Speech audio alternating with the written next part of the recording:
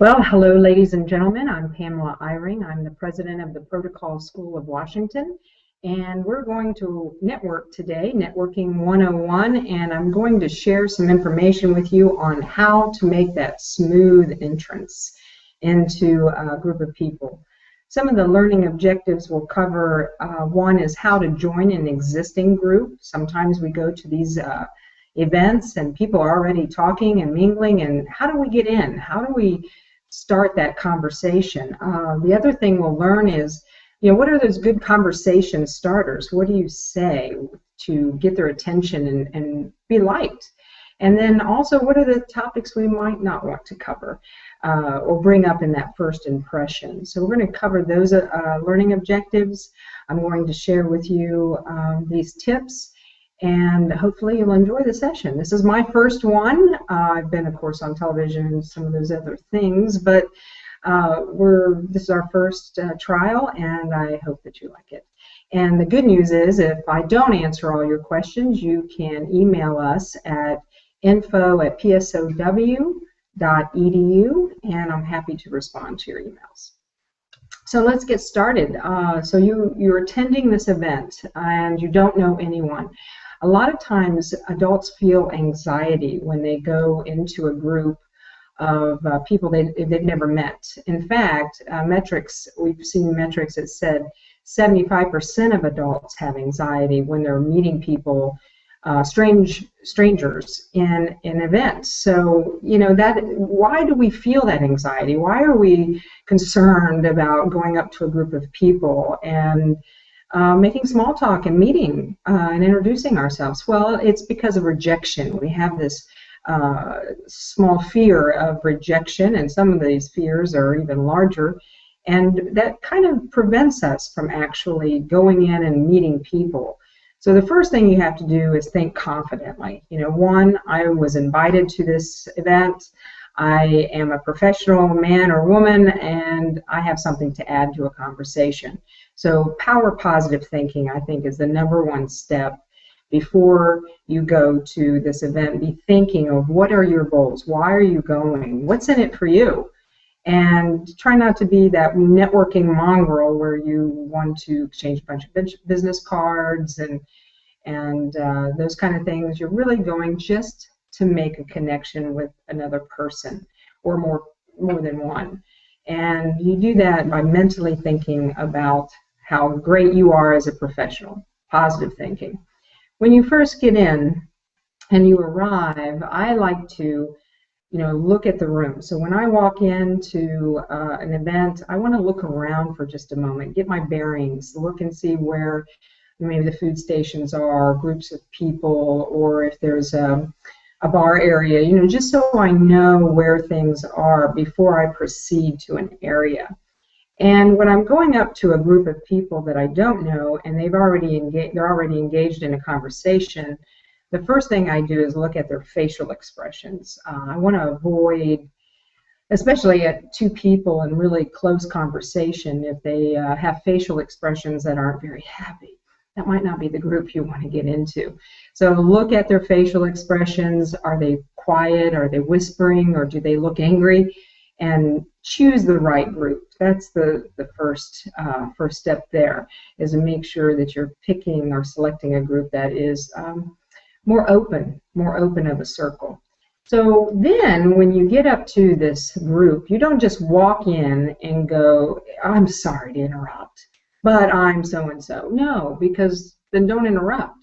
You want don't want to just jump right into that circle. You want to you want to be around the circle, because what you're trying to do is get eye contact.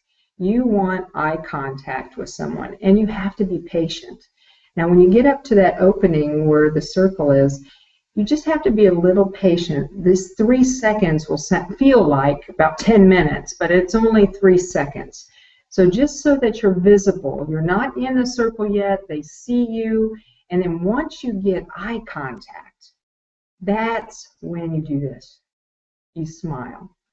And then people, the other persons that are in the group are going to look at you like, "Who is this person?" And you're going to smile, and you're going to ask one question. "May I join you?" That's all you have to do. What are they going to say? No. No, you say, may I join you? And they're going to say, of course, please join us. But then that's when you're on. So when you're on, what's next? What do? You're in the circle of trust now. Now you want to earn this trust and be liked and to be professional. So once you're in, that's when you're going to introduce yourself. Don't expect them to start entertaining you. My suggestion is to whoever gave you that eye contact and that you smiled at first, introduce yourself with your first and last name. And if you have a challenging name, pronounce your name slowly and distinctively so that they can hear you. Hello, I'm Pamela Eyring. I'm with the Protocol School of Washington. And keep that eye contact so that they know you're speaking to them. And then you can go to the left or the right. It really doesn't matter.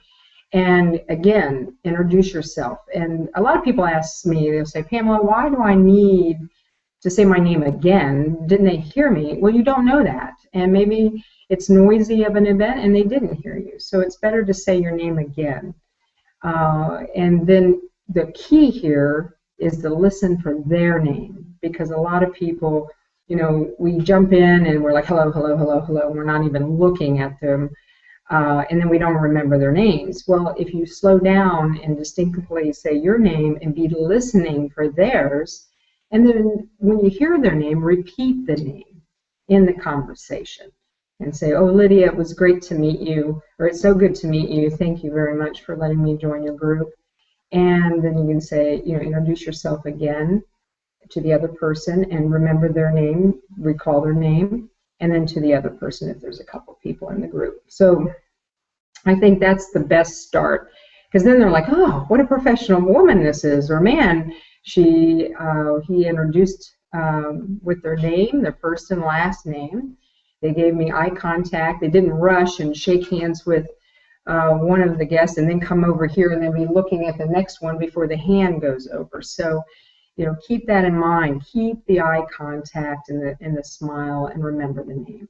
And then when you're in and they know your name and you know theirs, that's when you start asking questions and say, how long have you been at the event? Or do you come to this event yearly? Maybe it's the Chamber of Commerce's gala auction. And they'll say, well, actually, I've been for the past 3 years. Then keep asking questions. If you don't know what to talk about, the best thing to do is to ask questions of other people. People love to talk about themselves. And if you just ask them a question, well, are you from this area? And then they'll share that information. Or you could say, the next thing I like to say is, okay, if you were here last year, what were the good items to bid on? Or did you enjoy the show? And who was the show? And the more questions you ask, the more opportunities the other people get to speak. And I always like to use my personal leadership skills. And if I'm with a group of 3 other persons, I will make sure that I invite the others to talk as well. Maybe the one person that I'm very interested in meeting, I don't want to monopolize that conversation with just that one person. So I'll make sure that I'll bring in the others that are in the group and ask questions of them as well. Or let them speak. Let them tell me or answer, or ask me a couple of questions too. So the greatest, I like to be prepared before I go to an event. I like to be well read. I like to watch the news, see what's going on in the community, or if I'm traveling abroad, oftentimes I'm over in Dubai or United Arab Emirates, and I want to get caught up before I go over there because I know I'm going to be meeting with a lot of Emiratis and people. That's what I do. I get on Gulf News and I read the headlines and try to find all the good things that are going on in that country. And same here in the United States. If I'm in the Washington, D.C. area, I want to know what's going on there in that area, or if I'm going to another state. So highly recommend being well read. Now, for those that have to attend events that are more gender related in certain areas, so maybe it's more male dominant versus female dominant, but you're female, what do? How do you get in this group of circle? It's the same way. It's the same tips I just shared with you. One thing, women tend to, we talk about our families here. American women tend to talk about families. We talk about fashion. We talk about movies and entertainment. We also talk business. And, what I recommend is just when you first get started, if it's more male dominant and you're a woman, is be well read and know what sporting event is happening at this time frame. The baseball, for instance, is a very hot, popular topic. And not that all men, you can't generalize that all men enjoy sports or baseball, but at least know what sporting season it is and be aware of just some of the highlights. Or maybe you have your own hometown football team that you like. For instance, I like the Cleveland Browns. I don't know why. I spent all these years hoping that they'll go to the Super Bowl. And we always say, maybe next year, but that's okay. People laugh about it. And one other good topic to talk about is when you're in the conversation, you could bring up a story and say, I was just flying in to attend this event or driving in to attend the event, and my dog got loose right beforehand, and I'm in heels and I'm chasing him through yards to get him back. Had to do a total change, but that was all right. And I know my dog is safe. So you can, little fun things like that are great topics, light topics. Because really all you're trying to do is build a connection with this individual or other individuals. And you do that by sharing and listening. That's our communication module. And I think once you get in and you start talking to the people, you also have to be aware that it's easy to get comfortable quickly. And there are topics that I don't recommend you talk about, especially when you're first meeting a person or individuals. One, you don't want to talk about religion. You don't want to get involved and talk about sexual things.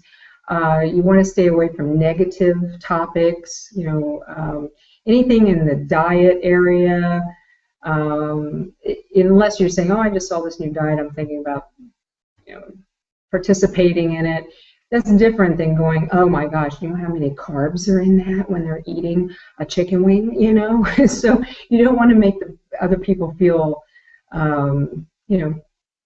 feel bad about that they maybe are eating carbs. I never knew what a carb was, and when I was quite younger, I'm quite aware of what carbs are now, but at that time frame, I didn't have a clue, and I remember I was taking a night class, came in to class, and just finished work and grabbed a granola bar and was getting ready to have that as a snack, and the guy beside me said, do you know how many carbs are in that?